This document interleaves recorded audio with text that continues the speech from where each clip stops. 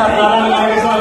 रामलाल ठाकुर, रामलाल ठाकुर, हाथ खड़े करके रामलाल ठाकुर, रामलाल ठाकुर, रामलाल ठाकुर जीतेगा नहीं जीतेगा।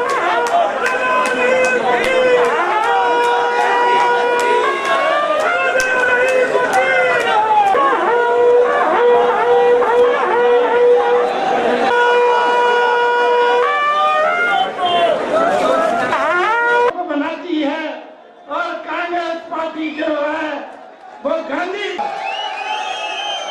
आज की रैली हमीरपुर के इतिहास में किसी भी उम्मीदवार की समझ तक में इतनी बड़ी रैली पहली बार हमीरपुर की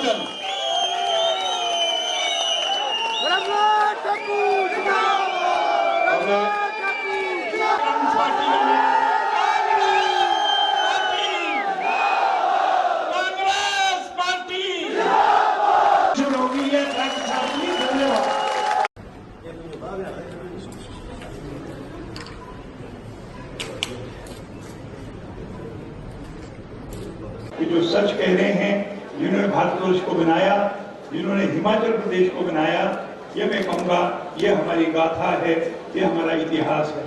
माननीय वीरभद्र सिंह का मैं धन्यवाद करना चाहूँगा। 6 बार मुख्यमंत्री रहे, दिल्ली में मंत्री रहे, लेकिन हिमाचल प्रदेश में जो सर्वांगीण विकास माननीय वीरभद्र सिंह के समय में हुआ, शिक्षा में हम पहले नंबर पे आए। आज मैं ये भी कहना चाहूँगा माननीय वीरभद्र सिंह जी ने जो स्वास्थ्य सेवाओं का विस्तार किया, जो हमारे गांव-गांव में पानी पहुंचा, जो विद्युतीकरण हिमाचल प्रदेश का हुआ, आज बड़े-बड़े राज्यों की तुलना में हिमाचल प्रदेश जो है वो अगली पंक्ति में खड़ा हुआ है। समझ आते हैं तो इस क्षेत्र के मुद्दों को और ज्यादा प्रभावी ढंग से उठाने में वो सक्षम है, ये मुझे पूरा विश्वास है। मैं आपसे एक निवेदन करना चाहता हूं कि अब 24 दिन बचे हैं, हम सब यदि संकल्प कर लें कि बचे हुए दिनों में रोज 4-5 लोगों को कांग्रेस पार्टी और श्री रामलाल ठाकुर जी के लिए वोट देने के लिए प्रेरित करेंगे, तो दिन नहीं बचेगा जब रामलाल जी की जीत और अनुराग ठाकुर की हार जो है वो तख्ते पर दिखाई देगी के लिए 19 तारीख। मैं आपसे निवेदन करूंगा कि आप भरपूर सहयोग करें। आने वाले समय में एक मतदाता तक अपनी पहुंच बनाए, एक मतदाता को हम समझाने में सक्षम हो, और ये जो झूठ और फ्रेड पिछले कुछ दिनों से चला है, इसको हम पर्दाफाश करें, तो मैं समझता हूं इस देश के लोकतंत्र के लिए आप लोगों की बहुत बड़ी आहुति होगी, ये मैं आपसे कहना चाहता हूं। आज देश का लोकतंत्र के बारे में लोग सवाल खड़ा करते हैं, किस तरीके की डिक्टेटरशिप आ रही है, किस तरीके से लोगों के ऊपर अत्याचार हो रहे हैं, सरकारी एजेंसियों का किस तरीके से दुरुपयोग हो रहा है, किस तरीके से देश में महंगाई है उसकी चिंता नहीं है, लेकिन नए नए वायदों से लोगों को बरगलाने की कोशिश हो रही है। इस तरीके से देश की जनता को बार बार गुमराह करके नए मुद्दों में उलझाने का जो काम हो रहा है, इसका पर्दाफाश 19 तारीख को आप कर सकते हैं, ये मैं आपसे निवेदन करना चाहता हूं। मैं आपको विश्वास दिलाता हूं कि इस पूरे लोकसभा क्षेत्र में और जहां मेरी जरूरत पड़ेगी, मैं आप सब नेताओं के साथ कंधे से कंधा मिला के, कदम से कदम मिला करके हम इस जीत को सुनिश्चित करेंगे, ये मैं आपको विश्वास दिलाना चाहता हूं। मैं ज्यादा ना बोलते हुए और यहाँ के केंद्र के नेतृत्व के प्रति आभार व्यक्त करते हुए कि उन्होंने मुझे थोड़े से समय में जो अपने महत्वपूर्ण योगदान दिया है, मुझे जिम्मेदारियां दी है, मैं बहुत बहुत आभारी हूँ। विशेषकर राठौर साहब के साथ तो हम बचपन में यूनिवर्सिटी के अंदर साथ साथ छात्र राजनीति में काम करते रहे।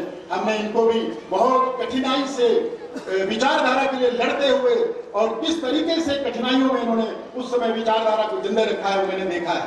मैं सब नेताओं के प्रति आदर और आभार व्यक्त करते हुए अपनी बात को समाप्त करता हूं। पार्टी का प्रधान बोल के आ रहेगा, चलो मंच से जरा है गाड़ी दे देती और इलेक्शन कमीशन ने तो वार्निंग दे देती 48 घंटे। हिंदुस्तान की किसी पार्टी के प्रधान ने मंच पे गाली नहीं देती, छोटी से छोटी पार्टी के प्रधान ने भी मंच पे गाली नहीं देती, लेकिन ये गाली दे रहे हैं कि हैबिचुअल ऑफेंडर है, बार बार एक होता कि किसी से एक आधी बार निकल गई कोई गल, लेकिन बार बार करने। तुसी दसो राधा स्वामी किते भी जिहड़ा है इलेक्शन च हिस्सा नहीं लेंदे। उन्होंने अपना लंबा चौड़ा समाज है, लोगों की सेवा कर रहे हैं, नशाबंदी के खिलाफ जी मुहिम चलाए हुए। भाई तुम उन्होंने पर ही करी जा रहे टिप्पणियां बिना जिहदी गल जिस गल की जरूरत नहीं है। भाई तुम इलेक्शन च उन्होंने कित्थे खिंची जा रहे हैं जिन्हों का कोई सरोकार नहीं है। महात्मा गांधी जी के पीछे पै गए, देश के राष्ट्रपिता, उन्होंने खिलाफ मेरे ख्याल किसी हिंदुस्तानी ने गल नहीं की होनी, तुसी उन्होंने ऊपर भी टिप्पणी कर दी, तुसी प्रियंका जी के ऊपर भी टिप्पणी कर दी। हुण इत्थे मेरियां कितनियां भैणां बैठियां हैगियां, रोज सवेरे सत्ती नूं चिट्ठी लिखिया करो जी कपड़े साडे ठीक है कि असीं ठीक पहने, तुहानूं तां नहीं इतराज कोई। भाई तुसी क्या लै देना, किने सिर के ऊपर पल्लू लिया, किने गले च चुन्नी लई, किने क्या पहनिया, तुसी तुहाडा क्या सरोकार है। इत्थे महिला सशक्तिकरण की गल हो रही है, जनानियां नूं 33% आरक्षण देने की गल हो रही है, उन्होंने अगे बढ़ाने की गल हो रही है। और तुसी जिहड़ा है आजादी के 70 साल के बाद भी जिहड़ा है टिप्पणियां कर रहे हैं लेडीज के ऊपर, सोनिया जी के ऊपर टिप्पणी करी जा रहे हैं। और मैं तो ये नहीं गल आती समझ कि कल क्या है कि जिस ढंग के नाल प्रतिभा सिंह हारी, उसी ढंग के नाल आश्रय भी हारेगा। भाई तू भूल गया कि तू किदा हारिया, तू हुण हार क्या गया, हुण इदा हार क्या गया, तू अपनी गल कर, दूजे नूं क्या बोल रहा है। या तो जित्या हुआ बंदा जिहड़ा है चौड़ा छाती करके जिन्हों मर्जी बोल सके तो निकल जाए। तुसी पार्टी के प्रधान होके हार गए, तुसी प्रदेश के मुख्यमंत्री होके हार गए, और तुहाडा जिहड़ा फाइनल विकेट है असीं सिੱਟਣ जा रहे हैं कि 19 मई को वोटां पैणियां, 23 मई को जिहड़ा है ठाकुर रामलाल जिंदाबाद। तुहाडा बहुत बहुत धन्यवाद। हुण फिर पिछली बार 346 पन्नियां का जिहड़ा है घोषणा पत्र जारी कर दिता, 346 वादे थे उहदे च। राम मंदिर बनाएंगे, उसके बाद गंगा साफ करांगे, 15 लाख रुपया देवांगे, बुलेट ट्रेन चलावांगे, धारा क्लास समाप्त कर देवांगे। और इस बार फिर वही लिख दिता सब कुछ। भाई इस बार तो घोषणा पत्र थोड़ा नहीं जारी करना था, इस बार तो माफी पत्र जारी करना था कि ये काम नहीं होए, राम मंदिर नहीं बनया, गंगा साफ नहीं हुई, बुलेट ट्रेन नहीं चली, कुछ नहीं होया साडे ते, ऐसी माफी मंगते हैं। और 15 लाख का साढ़े मुंडे ने बताया, बैंक के बाहर ही बैठा रहता रोज, पिछले 5 साल से बैठा हुआ, सवेरे जाता बैंक वाले मुझे आए था नहीं, वो कहते जी शामी आई हूं, फिर वो शामी फिर जा जाता, कहते जी आए नहीं, कहते सवेरे आई हूं। कल ये हिसाब किताब जिहड़ा है किस ढंग के नाल दुनिया को मूर्ख बनाया गया। और एक साढ़े सतपाल सत्ती जी आ गए, एक सतपाल रजादा जी पता नहीं कितने गए, रजादे ने क्षेत्रवाद में, जातिवाद में, न्याय हिमाचल, राणा हिमाचल, ऊपर के पहाड़, नीचे के पहाड़, इसके में विश्वास नहीं करता। हिमाचल एक है और एक रहेगा। अगर हम क्षेत्रवाद के आधार पर, जातिवाद के आधार पर चलने लगे तो हिमाचल प्रदेश का जो बढ़ते कदम है, उसका विकास की जो बढ़ते कदम है, उसमें रुकावट पैदा होगी।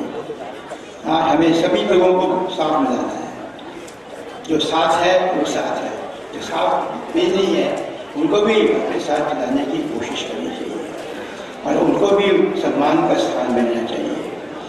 और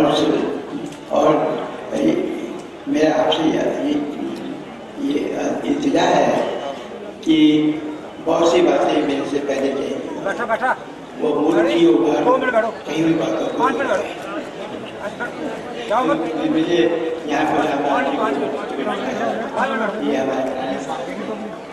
और कभी खुश भी रहते हैं, कभी रात भी हो जाते हैं, मगर मुझे आज तक पता नहीं है उनकी खुशी कब होती है, नाराजगी कब होती है।